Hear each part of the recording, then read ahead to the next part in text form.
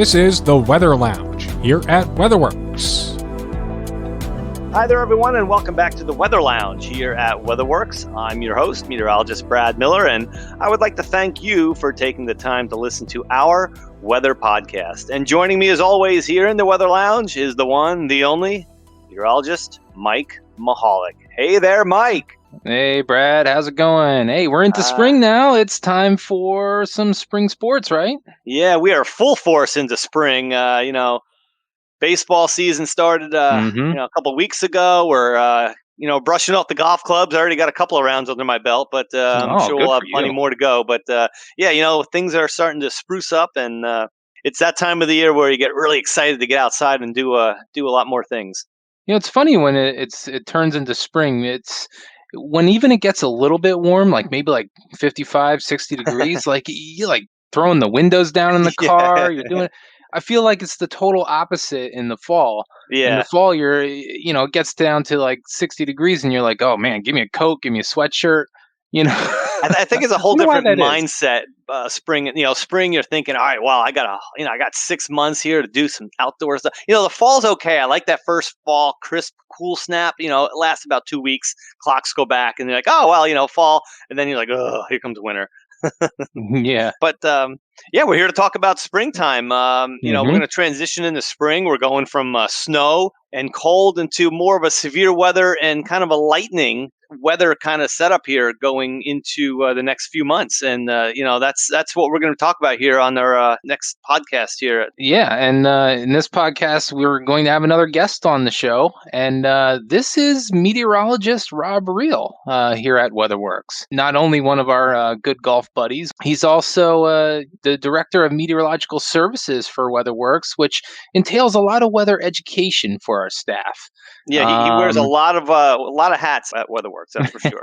Yeah, but basically, I just wanted to kind of pick his brain a little bit about, some severe weather setups, some flooding setups, and basically how WeatherWorks transitions from the winter months into the spring season. So a lot of things start changing here, and right. Rob kind of, spearheads that initiative to get all of our meteorologists back on track. So, Brad, I think we ought to go to break now, and then after the break, we'll be back here in a few minutes. Very interested to hear from Rob, that's for sure. So we'll do that right after this break. Again, you're listening to the Weather Lounge here at WeatherWorks. Stay with us. Have you ever needed weather data for a snow removal contract? How about a slip and fall incident? Searching for the information online may sound simple enough, however, it can be tedious and difficult. Good news! Our data and stats team can simplify the process. We'll find any weather information from daily rainfall and snowfall totals to hourly temperatures and seasonal averages. On the legal side, our forensic department routinely produces certified reports by meteorologists, assessing the weather conditions on and around accident dates. So don't waste your valuable time. Give WeatherWorks a call today at 908-850-8600 or email us at data@weatherworksinc.com. Remember, when you think weather, think WeatherWorks. Welcome back to the Weather Lounge. I'm meteorologist Mike Mahalik, and I'm here with Brad Miller, as always, my co-host. Our guest today is meteorologist Rob Reale here at WeatherWorks, Director of Meteorological Services. And Rob, I think you're on the line now, and welcome to the Weather Lounge. We're good. Thanks for having me. This is my podcast debut for any podcast. It's a big day for me, and I think this means I made it, right? Like I'm kind of a big deal all of a sudden. At least I think that's what that means. You're like a big Barry deal. Manilow song. Looks like we made it. Now I do. Let me interrupt you real quick, because correct me if I'm wrong. This is just one of many Weather Lounge podcasts that you've done, correct? Oh yeah. Okay. Oh yeah. 100%. However, this is the first time that I've been invited on said podcast. Is that also correct? I think he's trying to put a guilt trip on us. I'm just curious. Like I want to get my facts straight. I'm not mad. I guess I'm just disappointed. That's all. Now, Rob, in our defense, you are only the second guest from WeatherWorks behind our CEO and president, Frank Lombardo. It's a consolation, I suppose, but it doesn't make it right. Is all. You know what? I got to burst that bubble because we did have Sherilyn on with our forensic department. You're right. And we also had the Zach names are going to keep piling up. Who and else Jim too.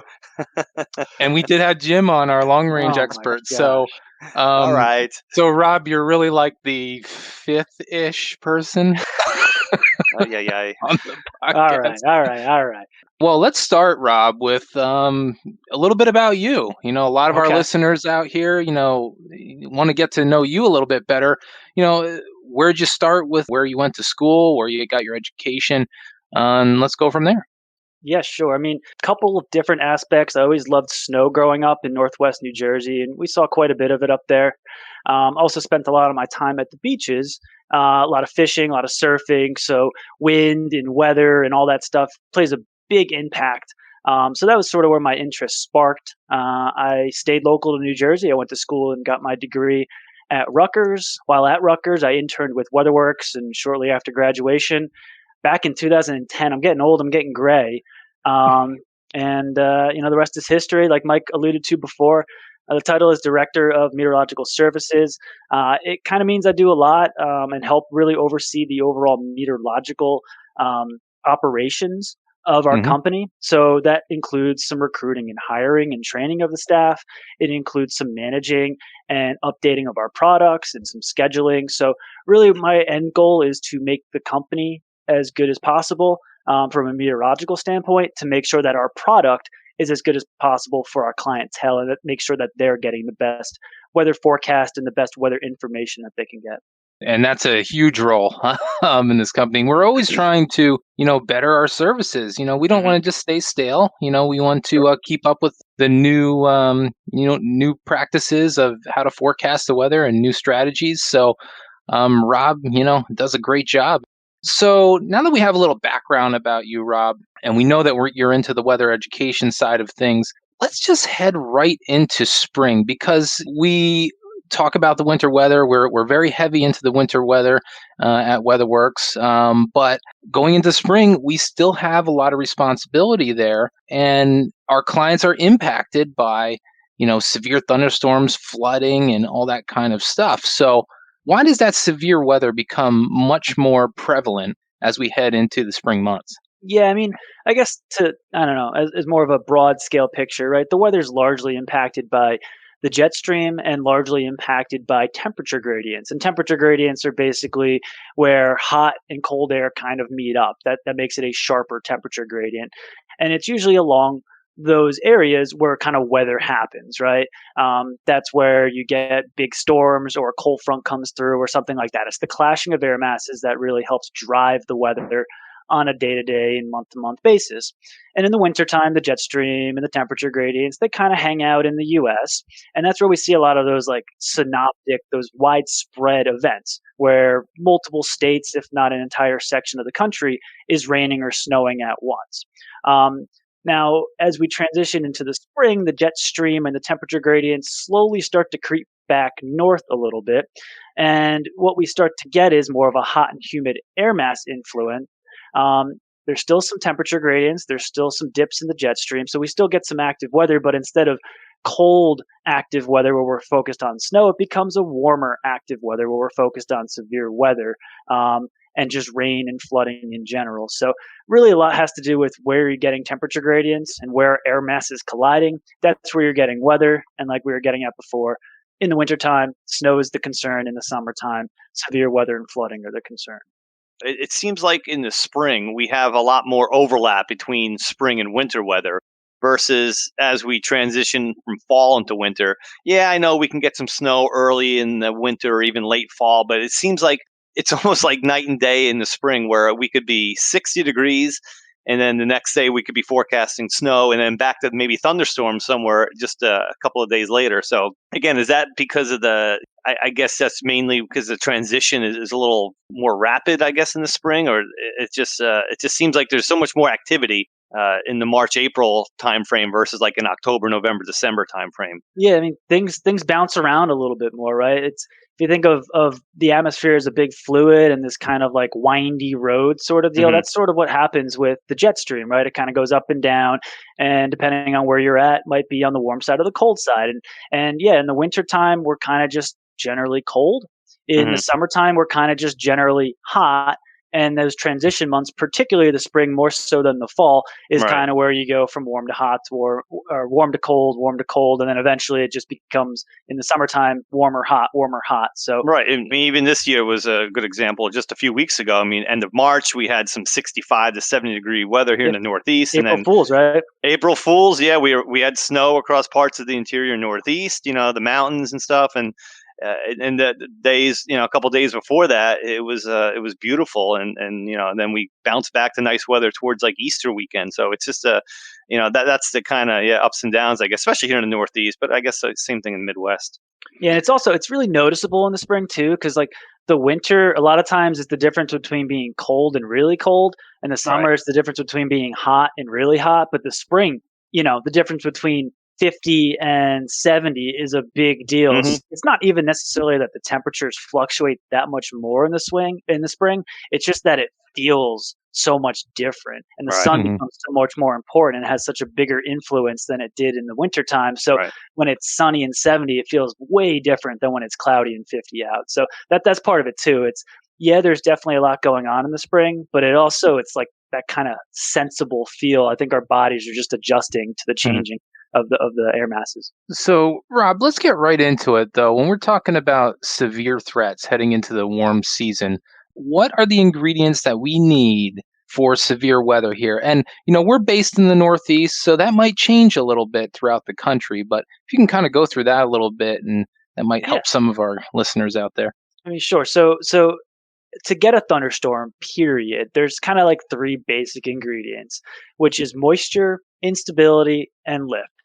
What do I mean by moisture? Well, in kind of the simplest way would be the more moisture near the surface, so the higher the dew points, kind of those sticky days, that's kind of ingredient one. And if you think about it, right, how often do you get a thunderstorm when it's like dry or cool out? Not that common. But when it's hot and humid, you probably walk outside and you could pretty much be a meteorologist and be like, I bet there's going to be a thunderstorm today, and half the time there is. So moisture would be sort of the first ingredient, and that's also why you get a lot more thunderstorms in the summer than the winter. Has to do with the increased moisture and humidity, particularly near the surface. The second thing I said was instability. So instability, in kind of more of a meteorological term, would be the amount of CAPE, which is the convective available potential energy. CAPE. It's a term that you'll probably hear sometimes. It basically quantifies how much energy there is for a storm to develop or strengthen. So the more unstable the atmosphere is, the more volatile it is, and the higher the chance there's going to be for actual thunderstorm activity.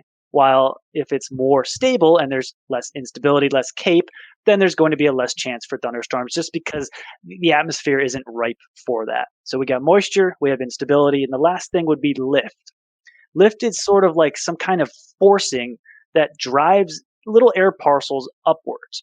And what happens when air parcels get lifted is they condense into water droplets, and essentially you get weather. So those three things, moisture, instability, and lift, are the three things to get a basic thunderstorm. A lot of times that extra ingredient that you need is called wind shear. So you get all of those ingredients, you get the thunderstorm, and then the wind shear, which is essentially a wind gradient, thinking from the surface upwards through the atmosphere. So it might be like 10 miles per hour near the surface. It might be like 20 miles per hour, a couple thousand feet in the sky. And then it might be like 50 miles per hour once you get like a couple miles up in the sky. And that gradient from 10 to 20 to 50 miles per hour is called wind shear. And when you have enough of that, not only do you get the thunderstorms from the moisture, instability, and lift, the shear helps those storms organize and maintain themselves. And that's when they can take on those more severe characteristics. That's a good overview of everything. I want to kind of swing back to the initial setup, though, because we talked about moisture and CAPE. There was, how many days sometimes where you just have such a soupy air mass, but nothing happens? Yeah. Sure. We're missing the lift, or I like to call it the trigger mechanism. Yep. To basically light up the atmosphere like a match. So what are those kind of trigger mechanisms that will force those thunderstorms to form? Because there's sometimes I'm waiting there and it's 90 and humid, and I'm like, oh, I wish there was a thunderstorm right now. And nothing goes on. So what does force those? Yeah, and it's a good point, is you need moisture, instability, and lift. Notice I said and, not or. You kind of need all three. And some examples of lift or forcing or a trigger, whatever you want to call it, a common one would be a front. Those collision of air masses that we talked about before, and one of the driving factors in day-to-day weather is frontal boundaries, and where you kind of have warm air meeting up with colder air. So a cold front's a really common one, which is kind of more of an obvious one. And sometimes that's where you get these widespread thunderstorm days that are also somewhat severe. Sometimes it's a little bit more subtle than that too. It could be little sea breeze boundaries. You're at the beach, it might start off in the 80s and all of a sudden it drops into the 70s because the sea breeze moves through. Well, eventually, a couple miles inland from the beach, it's still going to be 90 meeting, kind of colliding with 70-degree weather. That's a front. It's this little sea breeze front that happens just about every day at the beach that you may or may not notice. But sometimes even something as subtle as that can cause lift or be that trigger to thunderstorms. So a lot of times it's these little subtle boundaries or little subtle fronts that help spark the convection, and then you do get the thunderstorms. And sometimes that's all you need to really get even numerous then storms, because like Mike was saying, even you light a match, or it's almost like dominoes. You get that first one, and then it actually can produce other storms. One dies out, and then the outflows, and maybe you can talk about that a little bit. Yeah, that creates other storms to develop. Yeah, Mike was just saying, he's like, hey, sometimes in those hot, humid days, I'm waiting for a thunderstorm. Why? Why do you say that? Because it's going to cool things down. It may still be really humid, but it's going to feel a little bit better. But eventually, right? So you do get a thunderstorm in this one particular spot, and all of a sudden it goes from 90 to 70. But the town over, still 90 degrees, Mike's house 70 degrees. There's another little temperature boundary that just set up. This one was induced because of thunderstorms, but all of a sudden, like Brad was getting at too, these outflow boundaries of these cooler air from the rain-cooled air that just fell meet up with the still stagnant, hot, humid air masses, and sometimes that's enough to trigger another storm, and then it just kind of dominoes effect, and then you just keep going and going and going during the daytime and the afternoon when you have that peak heating. So yeah, it's another little subtle trigger, is just the fact that there was a thunderstorm. It can help trigger other thunderstorms because you kind of make their own temperature gradients next to each other. And I think what a lot of people need to know too is that the cold air is obviously, it's not obvious to many, but it's more dense than warm, moist air. So when that undercuts that warm, moist air, forces that air upwards, because it's kind of undercutting it there. So that's kind of what's happening too. So that's why the importance of that, rain cooled air is there too. So those are the basic, elements that we need here, to force, the thunderstorms to develop. But what makes those storms severe, Rob? You mentioned something about severe or wind shear a little bit. But what kind of gives a normal thunderstorm and kind of pushes that normal thunderstorm over the edge into severe limits? Yeah, it's a complicated question because there could be a whole lot that goes into it. And I guess, before we get there, there's sort of like three types of severe weather, right? You have gusty, damaging winds would be one thing, which is the most common type of severe weather. Hail would be another form of severe weather that you can get as well. And then the least frequent, luckily, but obviously the most impactful and sometimes devastating would be tornadoes. So those are kind of the three types of severe weather.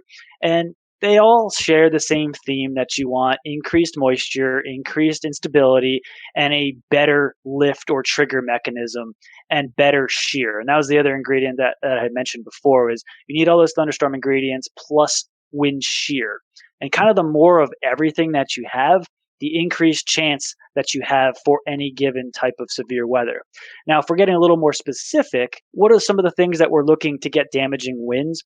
Well, it's a little interesting. We talked about before how we're getting precipitation and weather and thunderstorms by rising air, by those lifting mechanisms. So when you're talking about wind damage, though, you kind of have to think in opposite terms. How can we get air to sink really fast? And kind of, think about a thunderstorm. You have all this really heavy rain.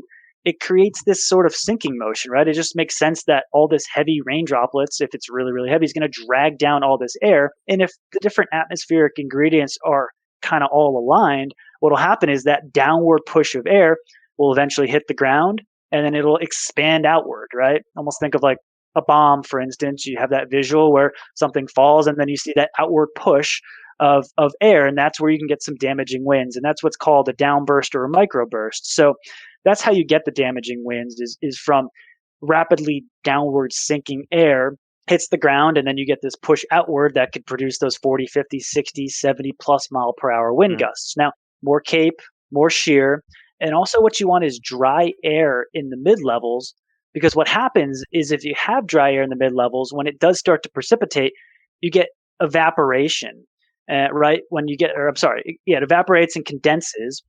That dry air goes away because now you're starting to precipitate, and that has a downward effect and downward push of air. So it's getting a little more technical, but the short story is you want a lot of cape, you want a lot of shear, you want thunderstorms to be likely, and you want a little bit of extra dry air in the mid levels to help push air downwards and increase that sinking motion.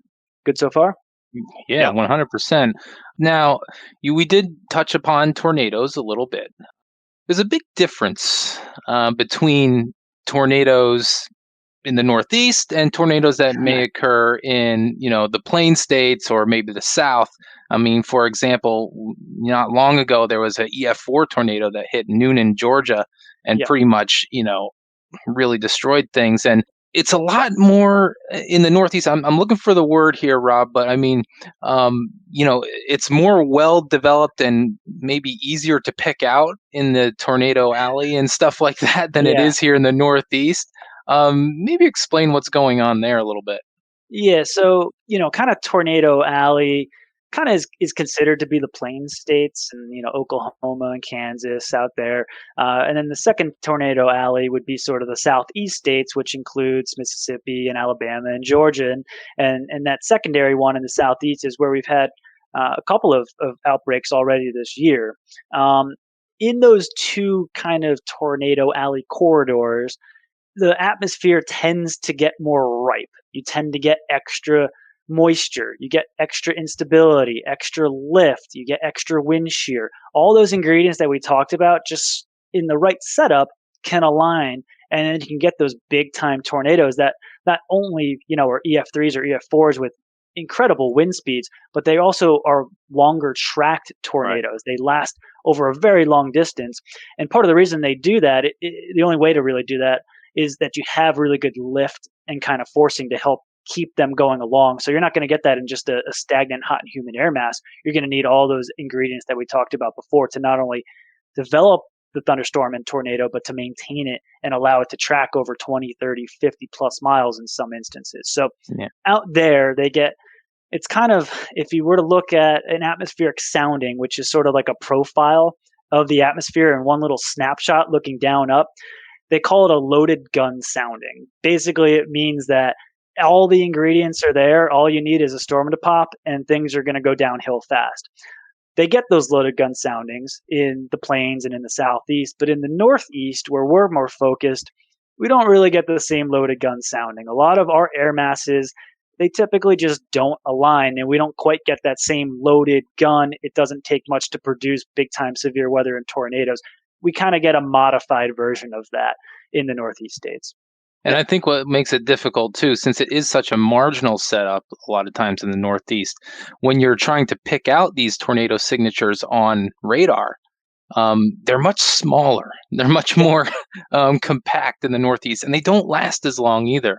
So it's very difficult to get out that long lead time sometimes, because these storms are, very brief with their circulations. Whereas, you're in the plains, you get this long track supercell, which a supercell is, basically a rotating thunderstorm, which can produce a tornado. And it's so easy. It kind of looks like a hook on the radar. It's very easy to kind of pick it out and see where it's heading. In general, I should say. Yeah, not easy, but it's definitely more obvious, or really more textbook, right? If you're gonna look up what's a tornado or what's a supercell, you're gonna see an example from Tornado Alley. They're definitely not going to show an example of the Northeast, because by no means is it like that classic textbook look. 99 out of 100 times at least. Now, Rob, one other thing, Mike and I talked about this before, I think in our other severe weather podcast, but how much does topography lend to the Northeast not having these long rain. And one thing we always talk about, and Mike and I covered this a little bit, was just because you live in the mountains doesn't mean you can't have a tornado. But again, you're not going to get those long track tornadoes in the Northeast, like you said, in the Tornado Alley areas and things like that, because probably, I guess, it's a lot flatter and it's not really disrupting the flow, I guess. Is that kind of a true statement, I guess? Yeah, a little bit. I mean, I think honestly the bigger reason is just all the other ingredients just aren't quite as good in the Northeast, but topography can certainly play a little bit of a role in there as well. For a little bit of reference too, like, Mike threw out EF4 tornado happened in Georgia. Those are the higher end kind of tornadoes. The areas that we're covering in the Northeast, we haven't had an EF4 in a long time. I believe the last time we've even had an EF3 close to where we forecast for our clients, I think was back in 2011. Wow. So, a lot of the tornadoes that we get are more of like EF1s, almost, EF1s, which have a wind scale of like 86 to 110 miles per hour. Maybe once a year, twice a year, we'll get an EF2 somewhere in this area that touches down for like a couple miles. It isn't a long-lived thing. EF2 would have winds of 111 to 135 miles per hour. But EF3s or above, they are few and far between in our neck of the woods. By the time you're getting to EF3, by the way, you're talking 136 miles per hour or greater. We don't get a lot of those, while it's really not that difficult given the right setup for the plains or for the Southeast states to get one. And like Mike said, there was an EF4 that went through Georgia.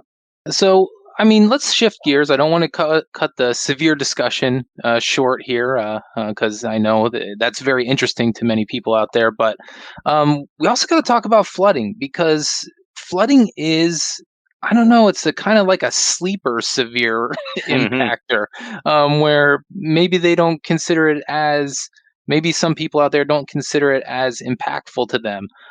But it's one of the number one problems, I would say. Yeah, it almost seems like every single year we see the same video of cars trying to drive through flooded out roads and things like that. And you got to get it into people's minds. You don't do that. I mean, it doesn't take much water to move a car. Yeah, it's not as dramatic as turn around, don't drown, which obviously, very much is a true statement. But a lot of times it's turn around, don't ruin your car or put yourself in a vulnerable situation. That's almost just as true, or certainly more relatable, as opposed to something as dramatic as turn around, don't drown, which certainly can happen in flooding situations. But yeah, I mean, flooding, like you guys were saying, I think it does impact more people on a seasonal basis, especially in the Northeast, where severe weather, like we're getting at, certainly happens, but it's generally more isolated and a little bit more toned down. I don't think that's the same thing for the Midwest and the Southeast states, where severe weather and tornadoes are extremely a huge factor. I mean, there's tornado sirens. People are taking huge precautions out there. It really is a different world, and severe weather, by all means, is probably more impactful than flooding in those tornado alley areas. But when you get to the Northeast, obviously severe weather is a factor. It is important. We want to make sure we're on top of it and we want to be aware of it. But I think on a more tangible feel, I think more people experience flooding more often in the Northeast than they do severe weather. And flooding can happen in multiple different ways. It could be the basic poor drainage and roadway flooding, where it rains really heavy and it basically overwhelms the drainage systems that are in place and sort of builds up in ponds on the roads, and eventually you get a couple inches, or in some cases that are more extreme, a couple of feet of water buildup on a road. And obviously that can be really hazardous. Another type of flooding would be streams and creeks, which tends to be a little less frequent than just the poor drainage roadway flooding. The streams and creeks are a little less frequent, but they can be a little bit more severe, where you have those, I don't know, think of like a 5 to 20 foot wide stream or creek in the area. And sometimes you don't even notice them. Sometimes they're just little like gullies alongside of a road that have little to no water buildup. But if those become overwhelmed, you get a couple inches of rain real quick, those can overflow. And because more water gets channeled in those streams and creeks, wherever that kind of meets up with a roadway or person's property can cause some pretty significant damage as well in terms of flooding. So we have poor drainage and roadway flooding, we have streams and creeks, and then we have the major river flooding, which is the rarest of the flooding. But then we're talking about rivers that are humongous that can cause big time issues. But luckily, that's the kind of the most rare form of flooding. So those are the three types that we usually break in categories. Like we said, hey, there's wind damage, hail damage, and tornadoes with severe weather. With flooding, there's poor drainage roadway flooding, there's streams and creeks flooding, and then there's major river flooding. With the freshwater flooding, which is what Rob just talked about, what kind of goes into that? What makes that setup worse? Basically, what makes it more impactful if you're going to get a flooding day like that? Yeah, and I mean, again, you can get that basic poor drainage roadway flooding with almost any thunderstorm, right? It rains heavy enough. You get a quick inch and a half in 30 minutes or an hour or whatever. And yeah, you're going to have some ponding and it might be a little bit treacherous, but nothing crazy. It's something that Florida sees, every day in the summer. And you never hear about major flooding issues because it's generally minor and the soil down there can handle the rain and so on and so forth. When you get those worse than normal flooding days, a lot of times it's where thunderstorms focus in a particular area for a longer time than normal. And a lot of times that happens along our friends that we've been talking about, those frontal boundaries. A lot of times if there's a frontal boundary that's sitting in the same area, that's going to be the source for convection and the source for longer lasting thunderstorms. And it's when you get those thunderstorms that sit over the same place for 1 hour or 3 hours or whatever it is, instead of just getting that quick 1 inch of rain that causes nuisance issues, you get 3 or 4 or 5 inches of rain, which causes much greater impacts and more significant flooding issues. Yeah, and that's more of the training situation that we like to call it in the meteorological industry. Where these, like you're explaining, those storms kind of go over the same areas, one after the other, and it just keeps adding up. And also, it's not only where the storms are training; it's actually the actual geography of the place. Is it more of urbanized or is it more rural that makes the flooding situation worse? And basically, the urbanized areas, you have a lot of things that are paved rather than just grass areas. So the water basically has nowhere to soak into the ground. So it just runs off and collects in these drainage ditches and overwhelms things. And that's where you do get a lot of those flooding issues. I mean, one example is Northeast New Jersey, right, Rob? Oh, definitely. I mean, the 95 corridor in general, way more prone to flooding in any given day than 30 to 50 miles to the northwest, where it's more rural. There's less infrastructure.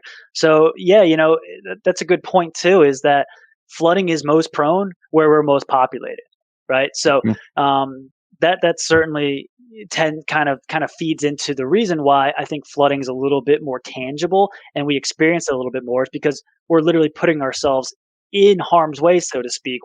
We've basically built an infrastructure where flooding is going to be more prone just because of how the land has been developed. We didn't get to coastal flooding yet. I don't know if we will or not, but there's another instance where we're putting ourselves in harm's way, right? It's really nice to have these beachfront properties, but it also makes you really, really vulnerable. Well, let's go right into that, Rob. Coastal flooding. I mean, I know you're a big beach nut for the New Jersey shore there. And I know you're big into fishing too. So you're really into the coastal areas and the impacts there. So let's go over that a little bit. So what creates the coastal flooding? Is it just the tides or is there more to that? Yeah, no, there's a lot to it. I guess the basic thing you need is it's really how high the tides are getting. And on any given day, the height of the high tides and low tides are going to fluctuate. Basically, I'm sure a lot of you are familiar with going to the beach, but some of you may not be. And you'll hear the term high tide and low tide. And what that has to do is really the moon actually impacts the tides and the gravitational pull. So what you'll have, especially it's not always this, but for at least the East Coast and for New Jersey area and New England and the Mid-Atlantic, there's typically 2 high tides a day and 2 low tides a day. So right off the bat, if you're going to have coastal flooding, you need higher than normal water, so you're more prone to have coastal flooding at a higher tide than a lower tide. So that's sort of like one thing. And how high those tides are on a given day does fluctuate too. It's not like the same height every single day of the year. Depending on the gravitational pull of the moon, will dictate, because some tides through the course of the year are higher than others. So right off the bat, those higher than normal tides, and there's actually a term for the highest astronomical tide, naturally occurring tide through the year. It's called the king tide. King tide, yeah. Again, right off the bat, if you're at a high tide and you're at a particularly higher than normal high tide, your risk for coastal flooding will be a little bit more increased. Now, that alone won't cause issues. It's when you start to increase the surge, basically pushes up the water levels higher than they should be. It's the surge that starts to cause issues. How do you get surge? Well, there's a couple different ways. The basic way would be a constant onshore wind, where the wind is pushing in from the ocean and it constantly is in the same direction over a long area and a long duration, and it builds up water. It doesn't allow the oceans and the bays to receive water naturally. It kind of just slowly and surely builds them up. So that's one way to increase surge. Another way would be with some sort of low pressure system that maybe, if there, particularly happens in a tropical cyclone or a hurricane, that adds like an extra push of water just from the sheer size and impact of that storm. That's going to add surge to your area as well. So those are sort of the two basic ingredients, would be increased wind coming from the water and some sort of low pressure, particularly a tropical cyclone, that also pushes more water towards the land. Those things make up the surge. And then if those things are happening at a high tide, that you're already a little bit more vulnerable than normal, that's where you get the coastal flooding. And obviously, I mean, people in the Northeast can certainly think about Sandy. Sandy, yeah. And about how large of a storm that was, and how much water was being pushed in from that constant onshore wind when that storm was making that, left turn directly into the East Coast. And with that storm too, Mike, obviously that was particularly for the New York City area and a lot of New Jersey, really one of the most devastating storms in terms of storm surge. But what you may not have realized, or may not have, you probably didn't if you weren't at the coast, is that even 24 to 48 hours before Sandy ever made landfall, there was this, we call it this fetch, where basically the winds were from the northeast for a day or two ahead of time, and you weren't even really getting the impacts from Sandy itself yet. You were just getting that constant onshore flow. People were already experiencing coastal flooding before Sandy ever got there. So by the time we got there, things were already primed. They were already kind of bad, and then Sandy made it that much worse with that extra push of water from the storm itself. So there was a couple different things going on, and for some, it wasn't just this one-day coastal flooding event. It was kind of like a 3 or 4 day coastal flooding event that had one really bad day on top of it. I didn't even know that. Yeah, and then plus you also had the angle at which the storm made impact into the Northeast. It wasn't like a glancing blow where it was just grazing along the shoreline. It came directly perpendicular into the shoreline, which is basically maximizing your, storm surge that you're going to get with that storm. Yeah, and tropical, really storms in general in the northern hemisphere will spin counterclockwise. If you're looking at a clock, think the opposite of how it's going. And if you're thinking about a storm moving in a direction, let's just say the storm's moving due north. So you're getting kind of a push with the storm moving from south to north. And then you're also getting a counterclockwise spin around that motion. So if you're on the right side of the storm to the north, not only are you getting that storm approaching your area pushing water, but that counterclockwise wind around the storm is kind of even more enhancing that push forward. So if you're in the northeast side of a storm, and particularly a hurricane, that's usually where the surge is the worst. And that's where New York City was, and most of New Jersey was in this storm. We were in the northeast side of that storm relative to where it was moving, as it pretty much came from off the coast and it made a hard turn, went right and made landfall around Cape May, Atlantic City. So anywhere just to the north of there is where it had the worst surge and the greatest coastal flooding impacts. And I know we use Sandy here as an example here for the Northeast, but this happens anywhere, tropical storms and hurricanes make landfall. I mean, one particular would be obviously Katrina down in New Orleans, and that had the same sort of situation where that right front quadrant just made that impact right into New Orleans, and then obviously the levees broke and everything else went downhill from there for New Orleans. It's the northeast side of these storms have the worst surge, and then it's usually the western side that has the heaviest rain usually. Yeah, and it's funny, and you talk about rain just there too. Keep in mind that rain can exacerbate the situation too if you already have flooding, right, Rob? Yeah, I mean, coastal flooding, I think a lot of people think of it as the ocean is overcoming the beaches and flooding onto the land. More times than not, that's not really how you get the coastal flooding, especially, on the East Coast. Over the last 10, 20 years, we've really built up the dunes really well. So it's pretty tough to get flooding from the beach over the dunes. If that happens, it's extremely bad, but it's pretty rare. And honestly, at this point, some of the highest points on any, like a barrier island, for instance, tend to be like right along the beach. They tend to have the highest elevation. It might only be 8 or 10 feet above sea level. But that's not commonly how you get coastal flooding. More commonly, what happens is where you're lower in elevation, maybe where the roads are, your house is only a couple feet above sea level. What happens is they're drainage systems, right? And what will commonly happen is just the fact that the tides are increasing and the surge is increasing, the water has to go somewhere. So more commonly, it will almost come through the drains that we've created, and you kind of get flooding from the ground up. Right. Is the more common way you're actually going to get coastal flooding. It's not like the water is overflowing the beaches. That's an extreme case, but on a more common scale, that does happen several times a year. In some instances, 20, 30, 50 times a year, depending on where you're at and how vulnerable you are.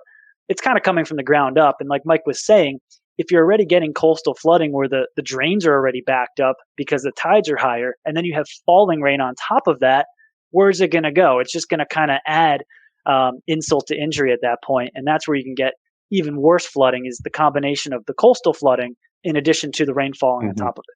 No, that's a good point there, Rob, because I lived in Charleston for several years out in South Carolina, and we mentioned the king tides earlier, and we would have flooding. I mean, I didn't live in downtown, but there would be times where we would be under the king tide for a couple of days, and like you said, you would flood from the ground up, and there'd be instances where roads were closed because the influx of the seawater coming up out of the drainage areas. I mean, right around high tide, you'd be closed. Certain roads would be shut down. And these are susceptible roads that would happen almost all the time when this flooding occurred. But it'd be shut down for 2-3 hours either side of high tide because of that. And it's just amazing that you think about that. And yeah, it's it even happens in New Jersey and in a lot of the coastal areas here in the Northeast. So it's a perfect example.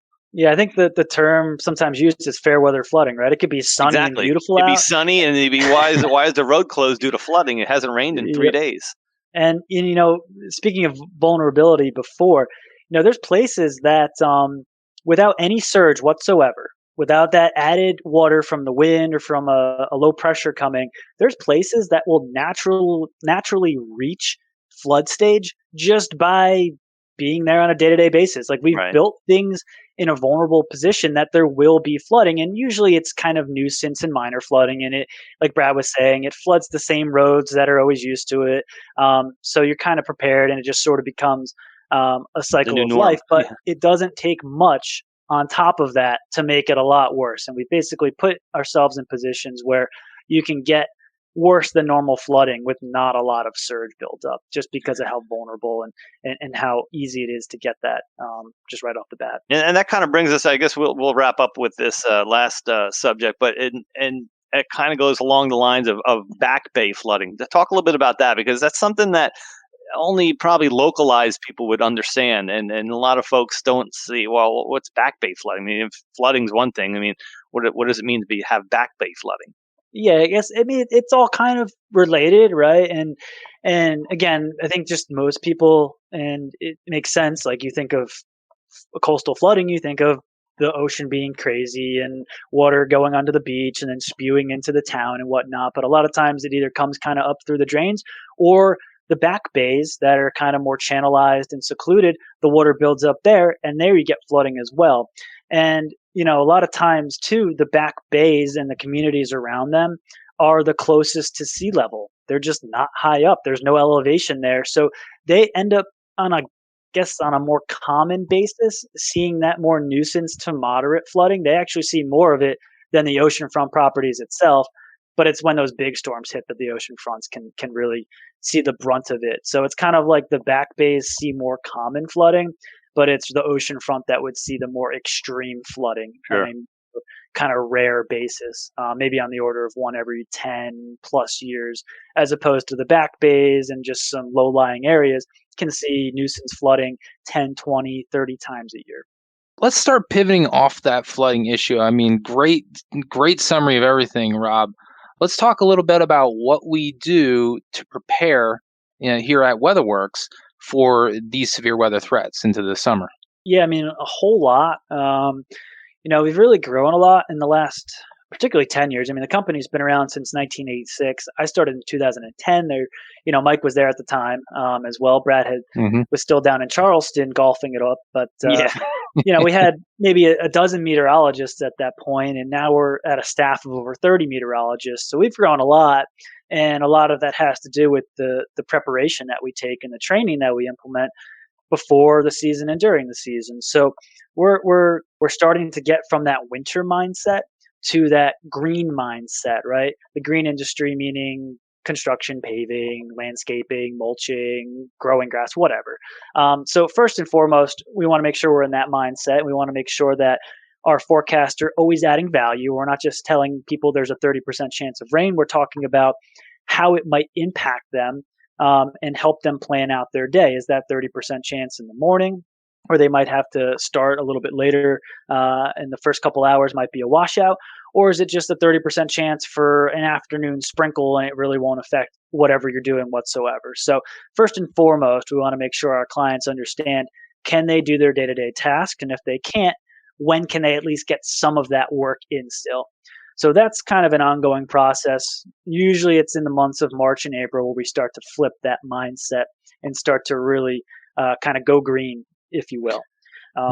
Additionally, though, severe weather and flooding, in just a couple days from now, we've extended it. It used to be a 1-day session, and then it was a 2-day session. This year, it's going to be a 3 or 4-day session where we're going to be going over general forecasting techniques, but we're going to go a lot over severe weather and flooding and all this information pertaining to the Northeast. So there's a whole lot of training and preparation that goes into the season from a company standpoint, and a whole lot that goes into each individual meteorologist as well. So we're fully prepared for whatever weather throws at us.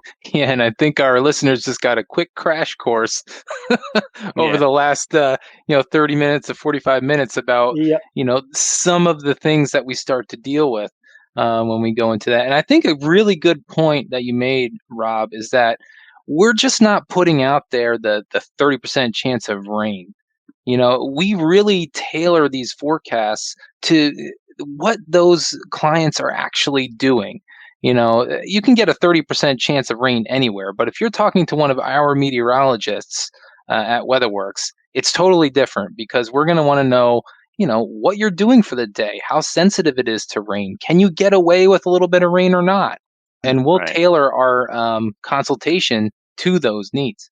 Right. There may be a big difference between like a landscaper out there just trimming trees or cutting grass versus someone that wants to put on a new roof, who doesn't want really any rain, but you can mow grass through like some light rain, or even like, putting down pavement and things like that. You really don't want much rain with that because you need it to dry. But, certain projects you can get away with some rain, but other, clients, they can't have any rain. So it's either, how, like you said, Mike, how sensitive is their project that they're going to be doing or task that day? Yeah, it's that added layer of not only understanding the weather and giving an accurate forecast, but it's understanding the clients and kind of bridging the gap between weather and decision support. That's what we're really and they'll call actually about that, which is helpful to us as a meteorologist, and we're trying to forecast for that area. Somebody might call and say, "Yeah, I got a big paving project tomorrow. When is this rain actually going to get in here?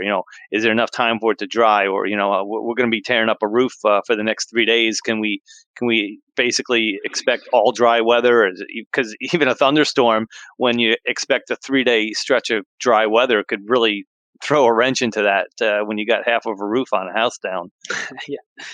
That's never good. Clients don't like an empty roof, open roof with a thunderstorm.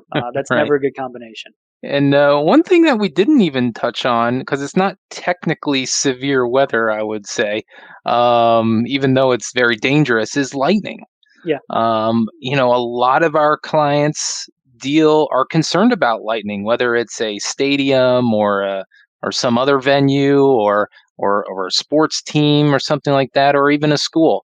So Rob, I mean, I know we have some pretty good techniques. Can we kind of give them a little taste of what we're thinking about when we're trying to give some lightning notifications out there?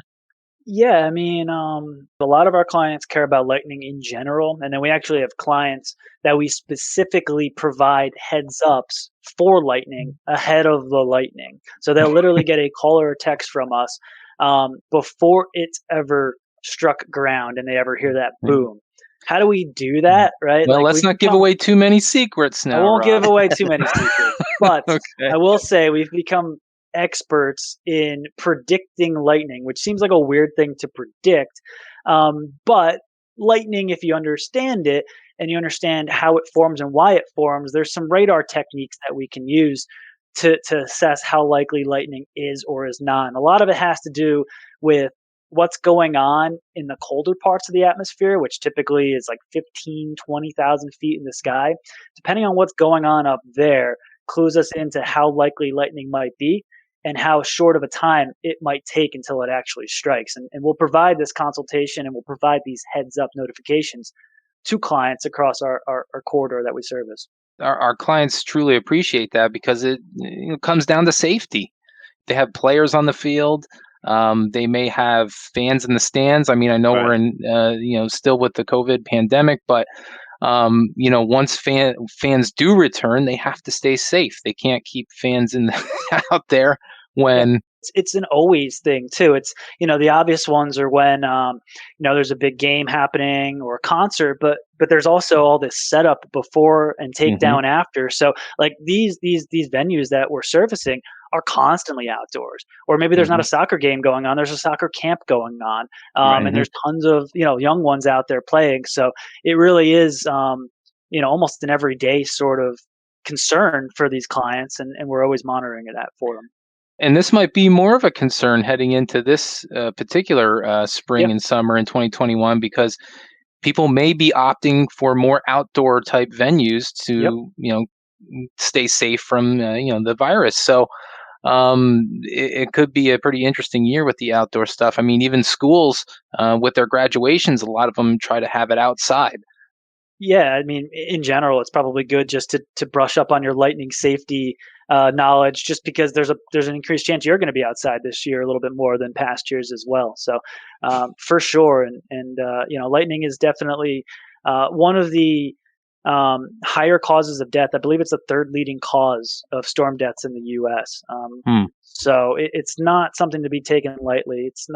There's not a lot of deaths with them, but there's certainly enough that we need to be aware of it and take the proper precautions. Yeah, and I just got to end with one story of lightning. Is this your golf course story? No. Oh, okay. No. It doesn't have to do with myself. That's where I put myself in a bad situation. We talked about our lightning close. Yeah, that was on the golf course. Close calls. Yeah, I think we're all guilty of that. But man, I got to tell you, they were building a house in my neighborhood. I think it was about a year or two ago. And there was a guy, a construction worker, sitting on the peak of a roof when a thunderstorm was moving in. And I'm watching the lightning, bolts in the background. And I'm just thinking to myself, how long is it going to take for this guy to get off this roof? Because I'm getting nervous. and I was almost like put in a position where I felt like I should do something. Your meteorological duties, right? Right. And, the whole, safety of the public and all that kind of stuff that we, that's our responsibility.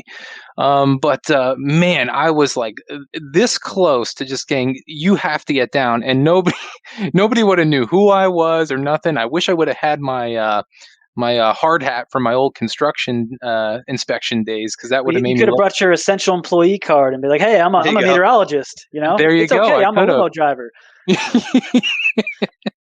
Very nice. I like that reference. Mhm. Yeah, that was a situation. Luckily, the guy got down. I was like just about to walk over and be like, "Look, like I have nothing to do here, guys, but you got to get out of here. You Yeah. got to get off that roof. The wind's blowing, the bolts are coming." But Rob, I got to say, I think we covered about all of it here of, Oof. some Yeah. severe weather and flooding and what WeatherWorks does to prepare for the severe weather season. So hey, thanks a lot for coming on the program. I thought it was Yeah, really interesting. and since Rob was so slighted on this, maybe we'll bring him back first again. I won't hold my breath. I know you got another 10 people you want to get on before me again. Yeah. Whenever my turn is, let me know. But it's Well, been fun, guys. I appreciate it. so that's about it for this week's episode. Remember, we're always on social media. Find WeatherWorks on Facebook, Twitter, Instagram, LinkedIn, YouTube. We're all in those places. We'll have a new podcast every 2 weeks. So please come back and listen to the episodes. A lot of interesting stuff in there, guys.